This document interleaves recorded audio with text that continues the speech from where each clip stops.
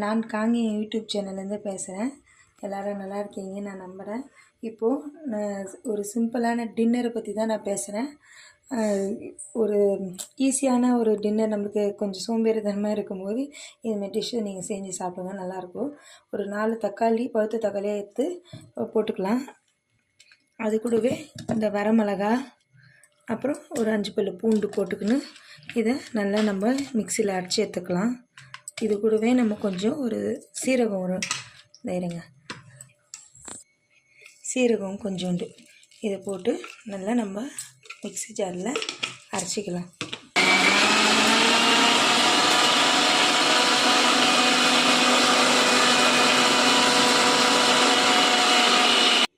இந்தமாரி அரைச்சி வச்சுக்கலாம் நம்ம நைஸாக. இதை நம்ம அப்படியே இந்த மாவு இல்லையா, பாருங்க, தோசை மாவை நம்ம ஆல்ரெடி நம்ம கரைச்சி வச்சுருக்கிறோம் இல்லையா, இதில் இந்த அரைச்சி வச்ச இந்த விழுதை இதில் போட்டுக்கலாம். கொஞ்சம் கொஞ்சமாக போட்டுங்க, ஏன்னா மாவு தகுந்த அளவுக்கு நம்ம போட்டுக்கலாம்.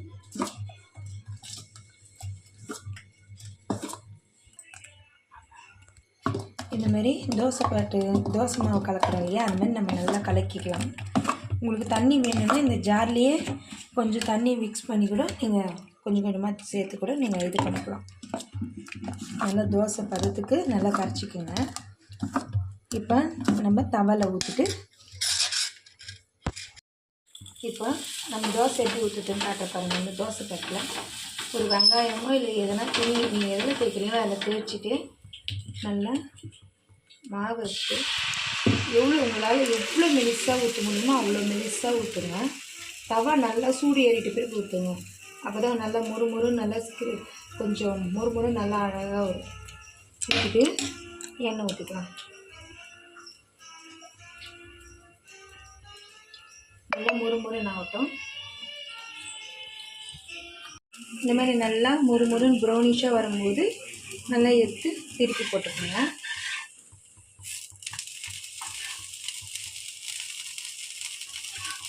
போட்டுட்டு நல்லா 2 பக்கமும் நல்லா வேகட்டு. இப்போ நம்ம தோசை எப்படி ஊற்றுட்டுன்னு காட்ட பாருங்கள். இந்த தோசை தட்டில் ஒரு வெங்காயமோ இல்லை எதனா துணி நீங்கள் எதில் தேய்க்கிறீங்களோ அதில் தேய்ச்சிட்டு நல்லா மாவு வச்சு உங்களால் எவ்வளோ மெலிசாக ஊற்ற முடியுமோ அவ்வளோ மெலிசாக ஊற்றுங்க. தவா நல்லா சூடு ஏறிட்டு பிறகு ஊற்றுங்க. அப்போ தான் நல்லா முறுமுறு, நல்லா கொஞ்சம் முறுமுறு நல்லா அழகாக வரும். ஊற்றிட்டு எண்ணெய் ஊற்றிக்கலாம். நல்லா முறுமுறுன்னு ஆகட்டும். இந்தமாரி செஞ்சால் நம்ம குழந்தைங்க டிஃப்ரெண்ட்டாகவும் இருக்கும்.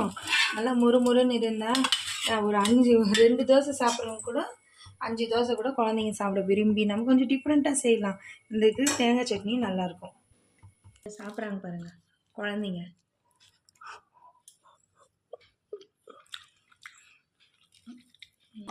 சூப்பர்.